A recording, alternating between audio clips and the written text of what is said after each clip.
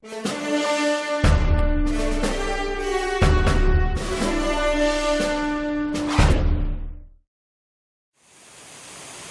c'est en compagnie de Steven Piché, guide de chasse à la sauvagine. Bonjour Steven. Bonjour. Ça va bien? Ça va bien.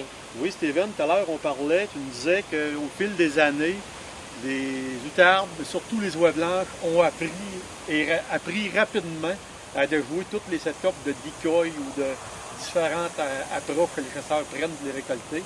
Il y a certains de ces équipements-là que tu as remarqué au fil des années, tu vois qu'ils sont plus ou moins bons, qui sont comme un peu passés date, passés mode, parce qu'ils ont appris à identifier ces coquilles-là ou ces sons-là. C'est synonyme de danger pour eux. Ouais. Ça évolue relativement rapidement aussi. Rien de parler, par exemple, il y a quelques années, quand j'ai commencé mes libelles outardes, je me cachais sous un appelant d'outarde comme ça. Oui. Donc, vraiment toute grosse dimension, qui maintenant n'est plus utilisable parce que les oiseaux se méfient des trop gros appelants, des appelants qui sont un peu moins réalistes. Parce qu'une grosse coquille comme ça, elle était emmanchée sur une chaise, puis elle était pivotante. Hein? Elle était pivotante, donc je me cachais en dessous, puis vu qu'elle est toute comme rainurée, trouée, on voyait à travers. Ça, c'était très bon.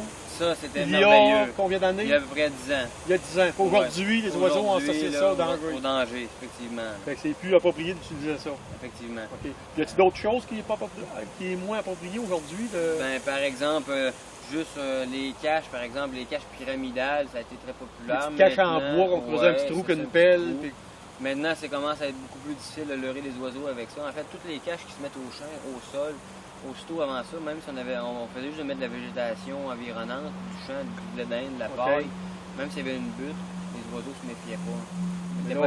Mais aujourd'hui, aussitôt qu'il y a une petite démulation changeante dans le champ, dans leur environnement, ils se méfient parce qu'ils sont habitués de se faire chasser de cette manière-là. Okay.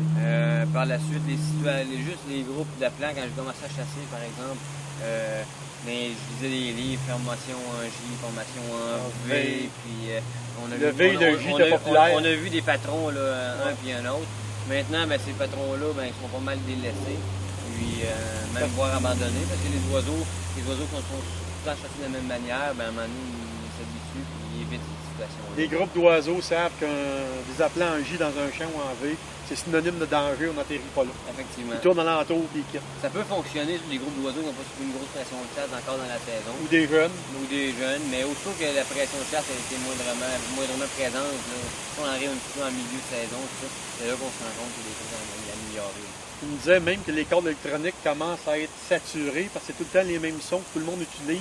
Ouais. Fait qu'avec ces sons-là, les oies entendent toujours les mêmes sons, puis on associe ce son-là à danger. Bien, un oie reconnaît les jeunes oies reconnaissent ses parents à l'appel, pendant une demi-milliers. Donc, ça a une bonne oreille. Si dans un territoire, par exemple, on est 4 groupes de chasseurs, on a les mêmes appareils électroniques, ça fait 2 semaines qu'on chasse. Les oiseaux vont associer. Moi-même, quand je me promène dans les rangs, je vois des groupes de chasseurs, j'entends un appareil électronique, je le reconnais pourquoi.